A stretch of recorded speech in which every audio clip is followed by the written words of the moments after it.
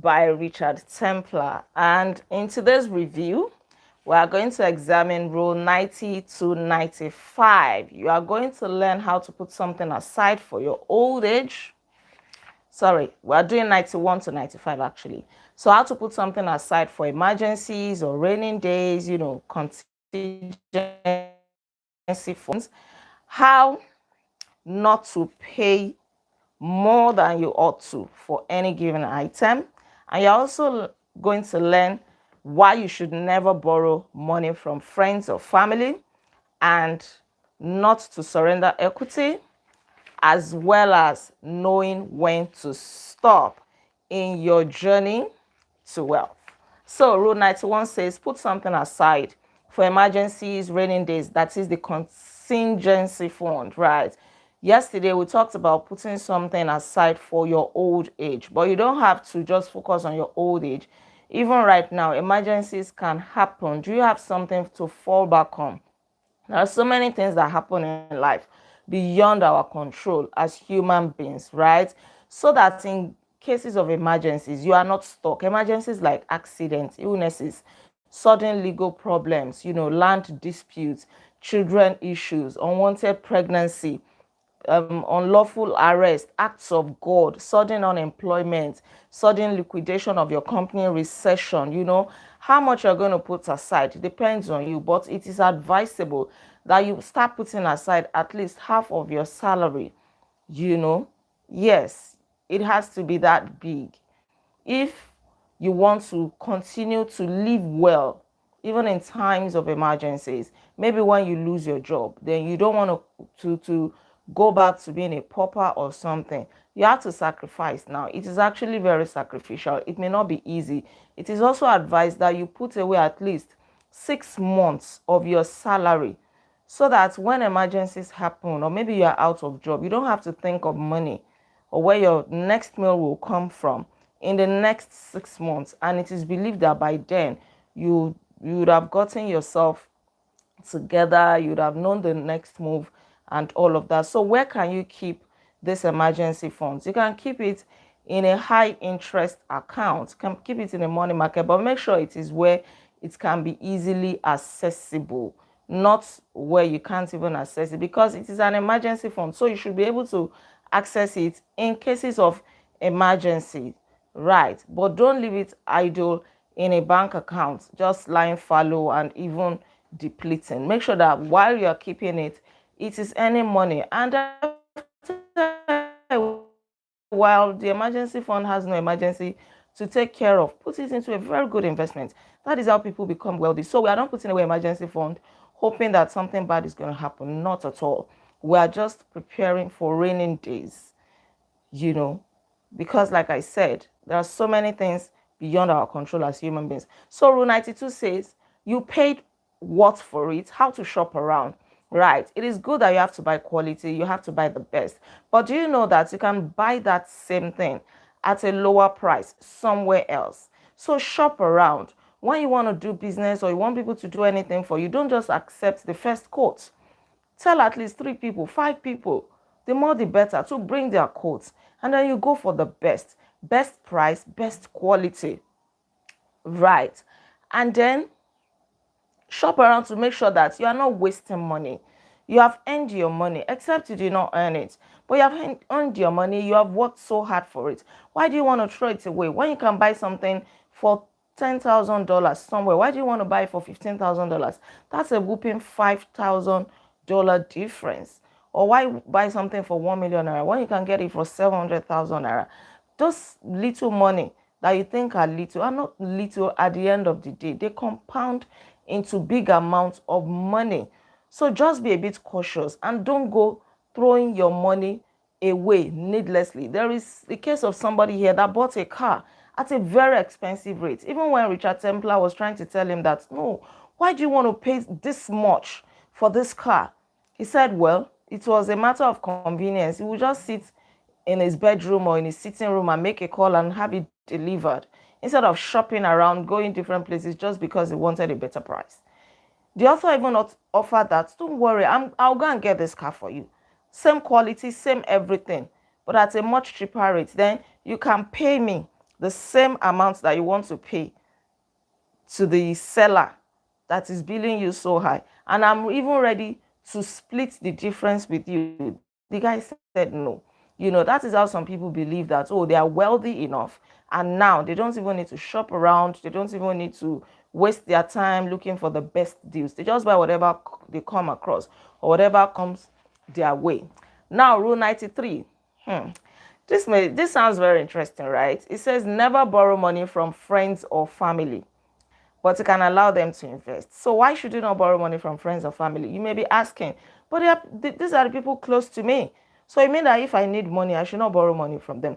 We're not talking of money like, oh, please, I need transport fare. Oh, I need a drink. Oh, I want to buy food, and they give you all these little bucks here and there. That's not the kind of money that we are talking about. We are talking of the kind of money that can destroy relationships. We're talking of the kind of money that can cause a rift between you if you're unable to pay back. And we know that friends and family may want to lend you money, but they are not licensed to do so. You may sign agreements, you may do all of those things, but at the end of the day, if you are not able to pay back due to some circumstances beyond your control, they won't be happy with you. It may cause a big problem between both of you, and then that may be the end of that relationship. So if you can avoid it, please avoid it as much as possible. Right? And the same applies to you. If somebody who is close to you, a friend or a family member, wants to borrow money from you, if you cannot afford to let go of that money in case they are not able to pay back, then you may politely decline, because you value that relationship more than the money. That is just the sense behind it. So family members or friends are for caring, loving, supporting, nurturing, helping, advising, comforting, having fun with, sharing, not for borrowing or lending money. So there is nothing like borrowing from them, stealing from them, conning from them, looking for ways to get things from them at all costs. Just maintain the relationship, that caring, loving relationship that exists between you or among you. Just allow it to continue to progress like that. Don't allow an ordinary tool like money to cause any rift between you, right? Even if agreement is involved or anything like that. See, money can allow friendships or relationships to degenerate very fast. Too many issues, too many agendas. It can cause bitterness, resentment. The relationship may just never be the same again. So it is very bad manners to borrow from friends and family, right? We're not saying that they cannot come to your rescue if you need help, but let them be like your last resort, like your very last resort. But as much as possible, avoid it. I'm also talking from experience, not just from this book, right? Rule 94 says don't surrender equity. That means you should never give a part of your company away or your business away, especially when you are in need of money and you want somebody to have a stake, to own shares in your company. The person has equal rights, they have voting rights. You may just be giving away your business or your company without realizing it, just because you are pressed for cash, right? It is even better for them to invest. Okay, so I missed this part in the last one that says don't borrow from family and friends. They can invest into your business, right? They are aware of the risk. They know that, oh, at least they're going to make their gains. They are investing. That is a different thing. If they choose to do so, if they are fully aware and they choose to support your business, they choose to invest in it for their own gains, right? Now, back to the case of equity.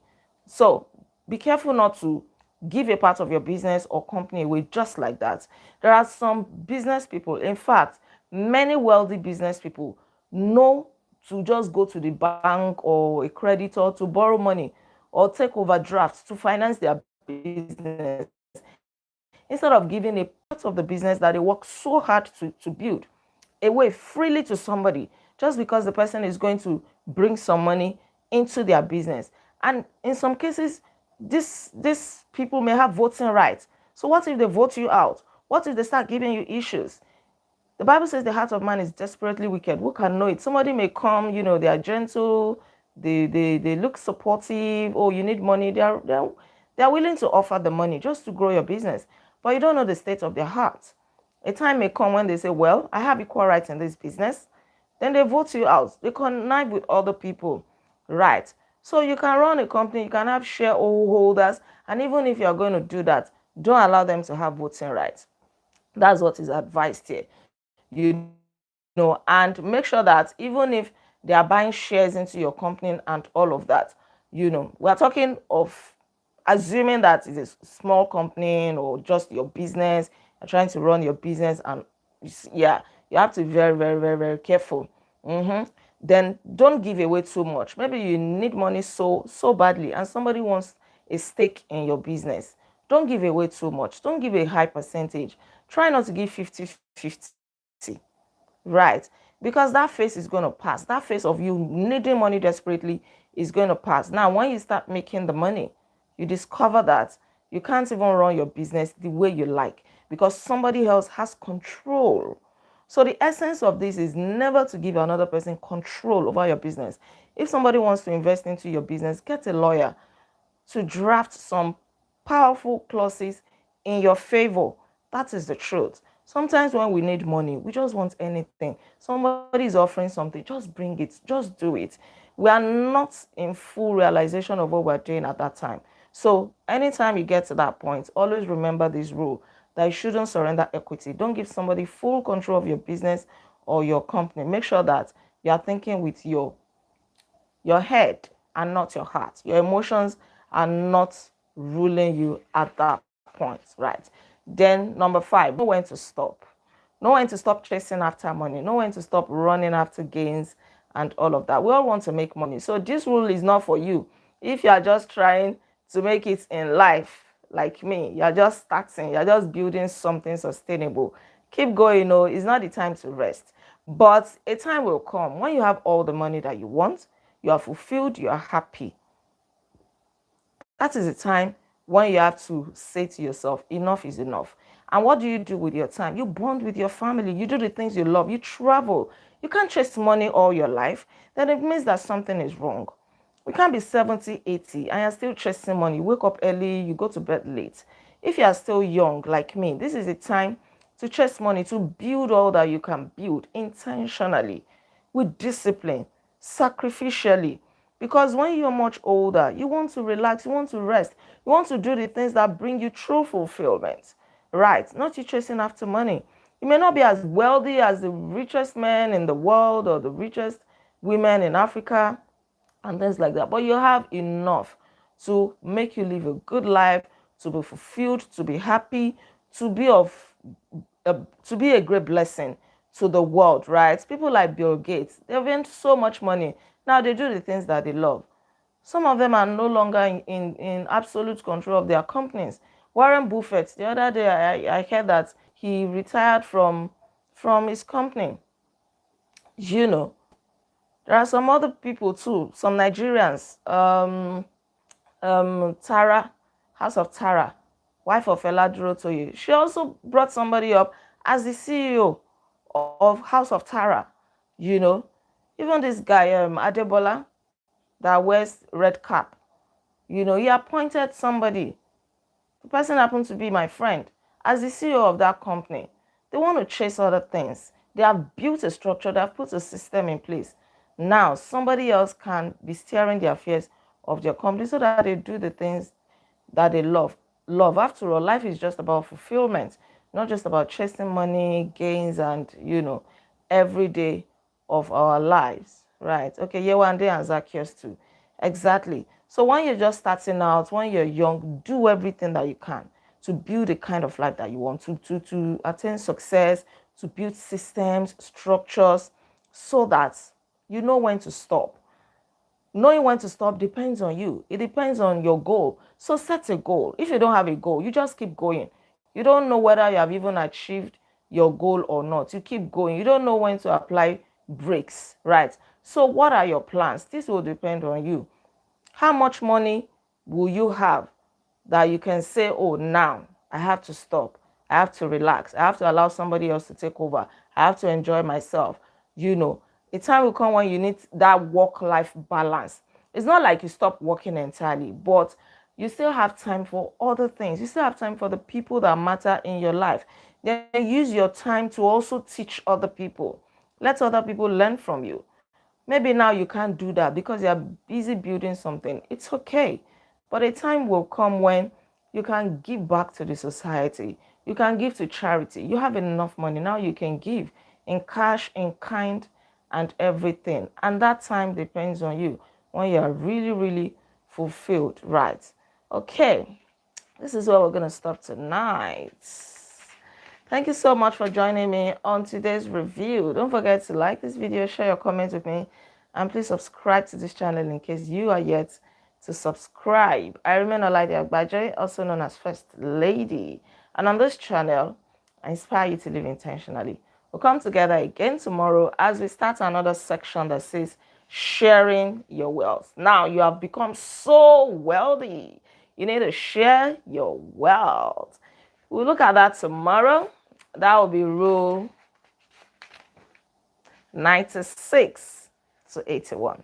Take good care, and until then, be intentional. Bye.